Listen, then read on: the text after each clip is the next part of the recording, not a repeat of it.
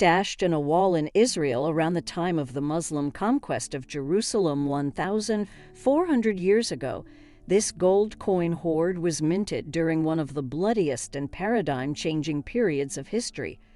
When interpreted in historic context, these 44 gold coins tell a relentless story of hyper-violent territorial wars in what is now the Middle East. But before those tales are told, let's learn a little about where the hoard was found. Gold coin hoard from Pan's Labyrinth. The 44 gold coins were discovered in a wall at the archaeological site and ancient city of Banas. Located within Banas Nature Reserve in the eastern Upper Golan Heights, where the Hula Valley meets the Golan at the foot of Mount Hermon, the first settlement at this site was established by Canaanites around 198 before Christ. By the 3rd century before Christ, the Roman cult of Panias had taken control of the city and the entire Banas region.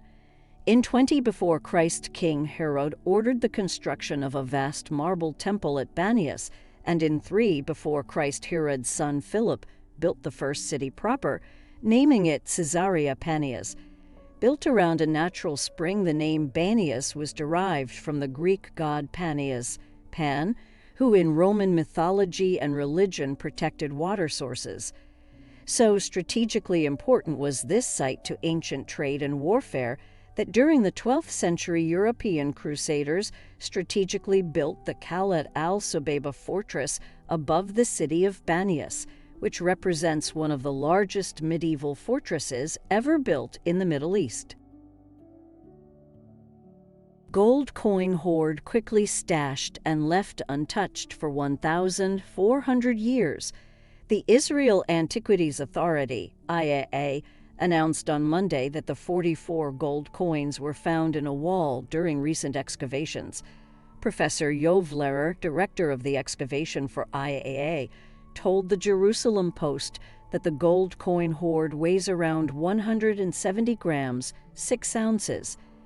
Some of the gold coins have been dated to the reigns of Emperor Phocas, 602 to 610 AD, and Emperor Heraclius, 610 to 641 AD. The latter ruled the Eastern Roman Empire during the 635 AD Muslim conquest of Byzantine Palestine, and he was also a contemporary of the Prophet Muhammad. Professor Lerer suggested the treasure was buried in haste, while the coin's owner was less fortunate and failed to return.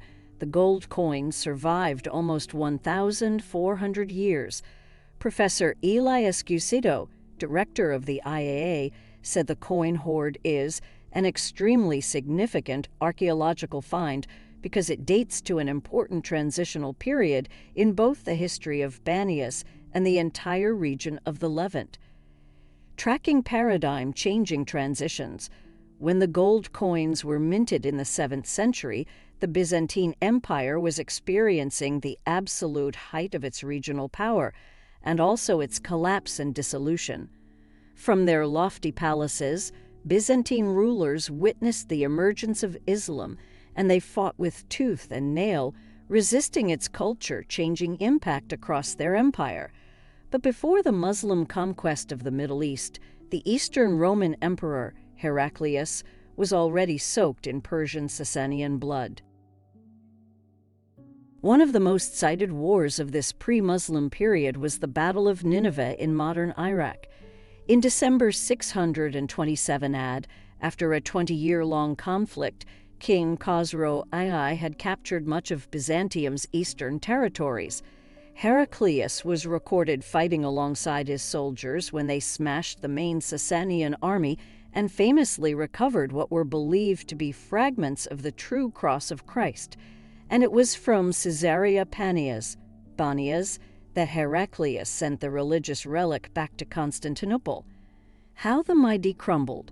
The 44 gold coins were minted before, during and after the death of Muhammad in 632 AD. At this time, the 4 caliphs or successors calculated that after the Byzantine-Sasanian wars, both enemies were exhausted, so they attacked the Mediterranean. The Byzantine army was finally defeated in 636 AD at the Battle of Yarmouk, and later that year, with their numbers also decimated, the Sasanians were defeated at the Battle of Al-Qadisiyah. Only 3 years later, in 636 AD, Byzantium Jerusalem fell to Muslim forces, and Egypt followed in 642 AD, with the entire southern Mediterranean coast, today Libya and Tunisia, falling under Muslim control thereafter. In historic value alone, these 44 gold coins are unarguably priceless, as they were tucked away for safety on the event of the Muslim conquest of the Holy Land, which entirely changed the future of the Middle East and laid out territorial boundaries that are still fought over today.